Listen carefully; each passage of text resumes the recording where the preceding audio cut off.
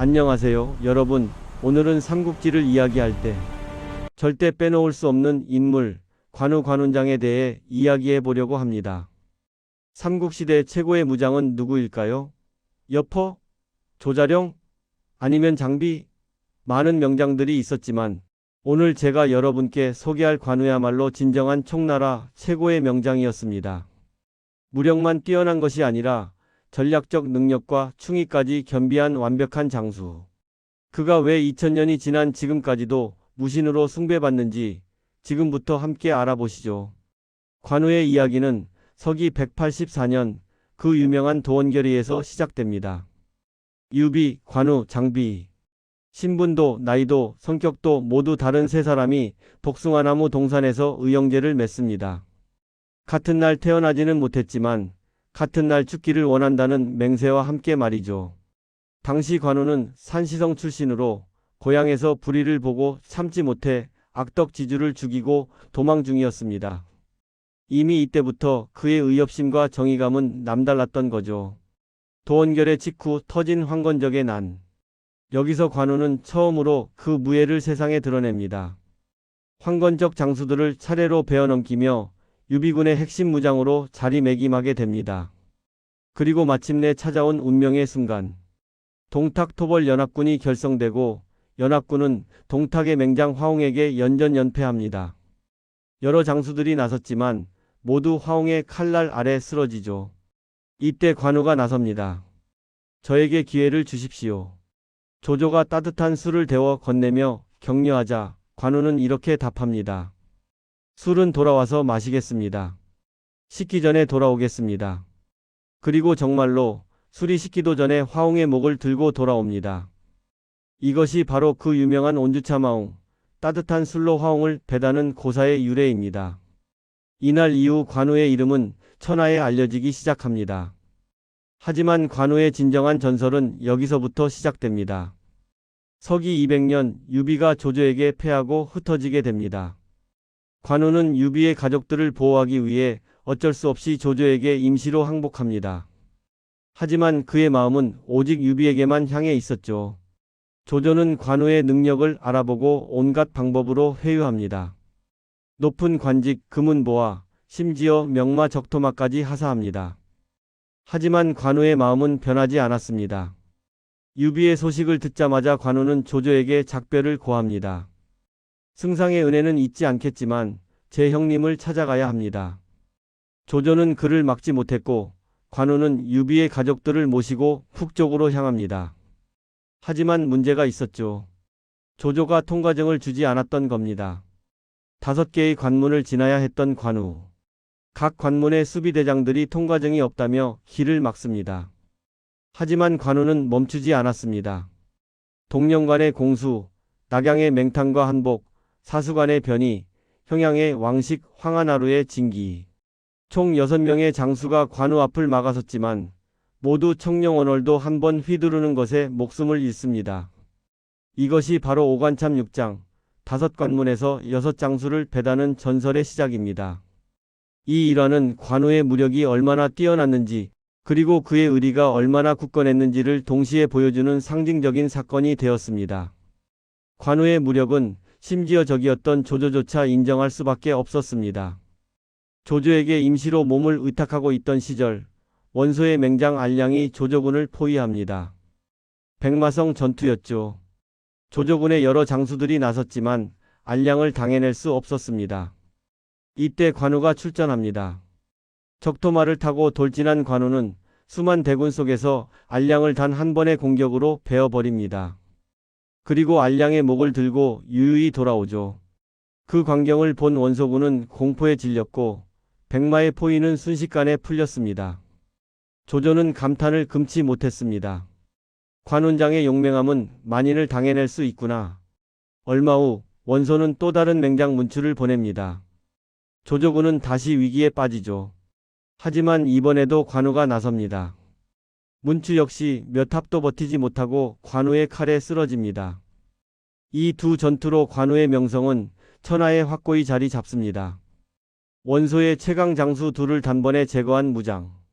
조조는 내심 아쉬워했습니다. 이런 인재를 내 곁에 둘 수 없다니. 하지만 조조도 알고 있었습니다. 관우의 충성심은 결코 흔들리지 않는다는 것을. 그것이 바로 관우를 더욱 특별하게 만드는 요소였습니다.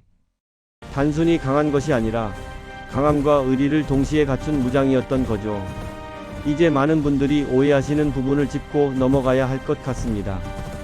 관우는 단순한 무장이 아니었습니다. 적벽대전 이후 유비는 형주 일대를 차지하게 됩니다.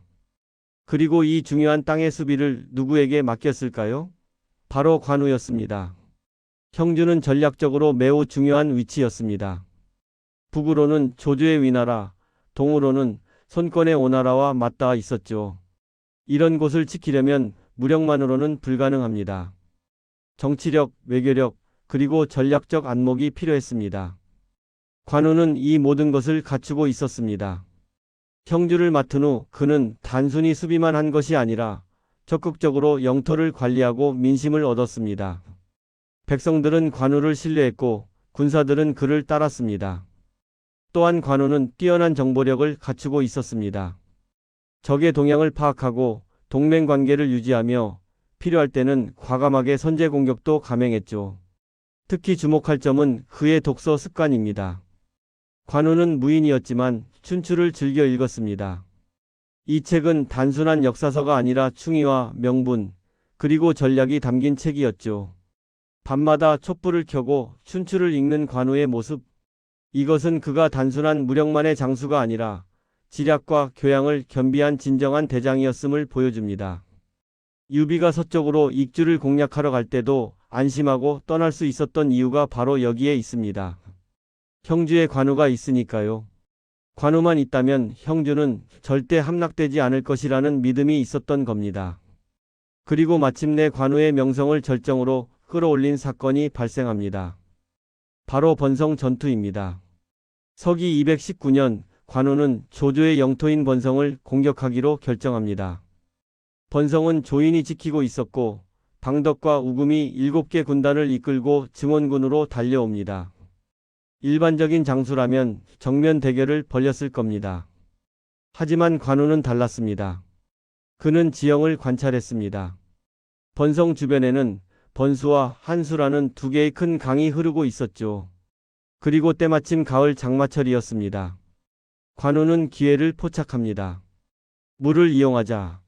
관우는 몰래강 상류에 제방을 쌌습니다.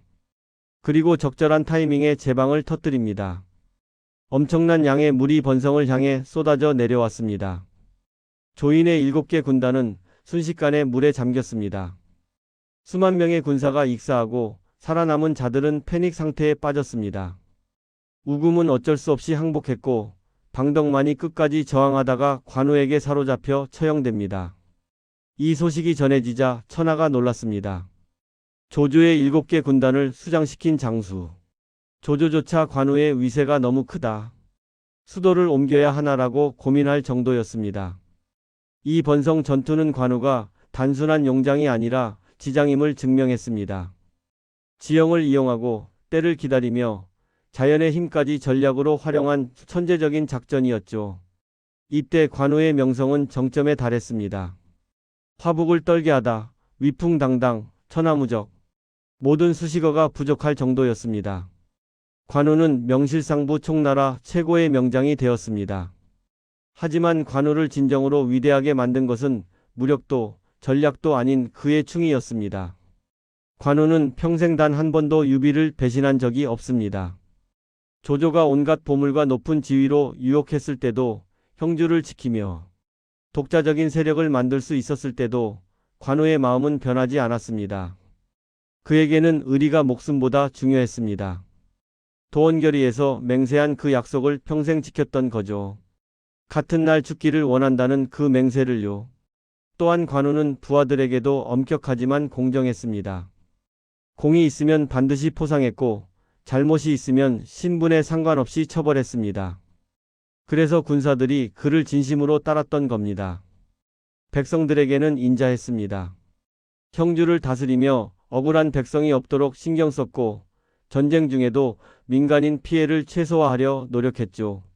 이런 관우의 모습은 후대 사람들에게 깊은 인상을 남겼습니다. 단순히 강한 무장이 아니라 의리와 충성, 그리고 인의를 실천한 이상적인 인물상이었던 거죠. 그래서 관우는 죽은 후에도 신격화되었습니다.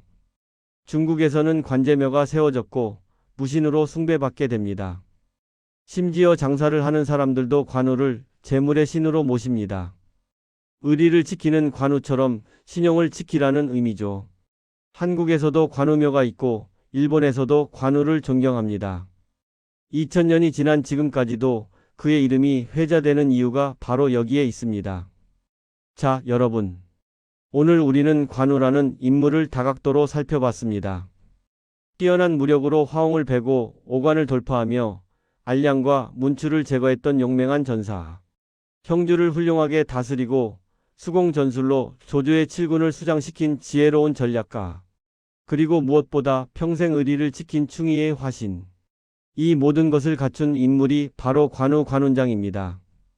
여포의 무력이 더 뛰어났을 수도 있습니다. 제갈량의 지략이 더 뛰어났을 수도 있습니다. 하지만 무력과 지략, 그리고 인품까지 모두 갖춘 완벽한 장수는 관우뿐이었습니다. 그래서 관우는 총나라 최고의 명장일 뿐만 아니라 삼국시대 전체를 통틀어 가장 이상적인 무장으로 평가받는 겁니다. 오늘도 어딘가에서 관우의 동상 앞을 지나가는 사람들이 있을 겁니다. 그들은 무엇을 기원할까요? 아마도 관우처럼 의리 있는 삶, 당당한 삶을 살고 싶다는 마음이 아닐까요? 2000년 전 한 무장의 이야기가 지금까지 우리에게 영감을 주는 이유. 그것이 바로 진정한 위인의 힘이 아닐까 합니다. 오늘 영상이 도움이 되셨다면 구독과 좋아요 부탁드립니다. 영상 제작에 큰 힘이 됩니다. 다음에는 또 어떤 삼국지 영웅의 이야기를 들려드릴까요? 댓글로 의견 남겨주세요. 여러분, 의리 있는 하루 보내세요. 감사합니다.